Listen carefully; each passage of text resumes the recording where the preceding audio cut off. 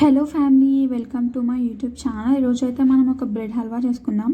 దానికోసం 6 బ్రెడ్ సైజెస్ని తీసుకొని corners cut చేసుకోవాలి. ఆ కార్నర్స్ని వేరే బౌల్లోకి తీసుకోండి. ఇవి గ్రైండ్ చేస్తే బ్రెడ్ క్రమ్స్ అయిపోతాయి. ఇప్పుడు కార్నర్స్ కట్ చేసిన బ్రెడ్స్ని 4 క్యూబ్స్గా కట్ చేసుకోండి. తర్వాత ఒక ప్యాన్ పెట్టి అది హీట్ అయ్యాక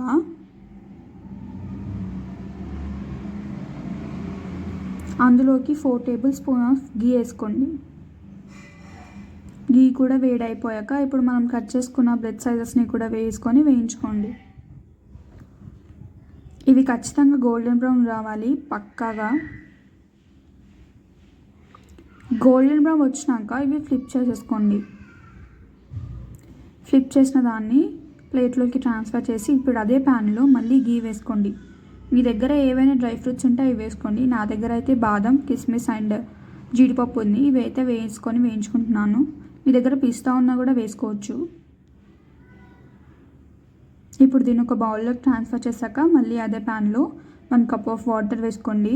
మీ టేస్ట్కి తగ్గట్టు షుగర్ వేసుకోండి. నేను ఇక్కడ 1 కప్ ఆఫ్ షుగర్ వేసుకుంటున్నాను. ఈ షుగర్ని తీగ పాకం కాకుండా ఇలా బబుల్స్ వచ్చేలా చూసుకోండి.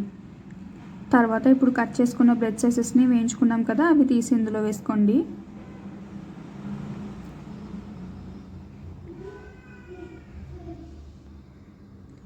ఇప్పుడు ఒక 5 మినిట్స్ అలానే వదిలేసండి. ఇందులో 1/2 కప్ ఆఫ్ మిల్క్ వేసుకోండి.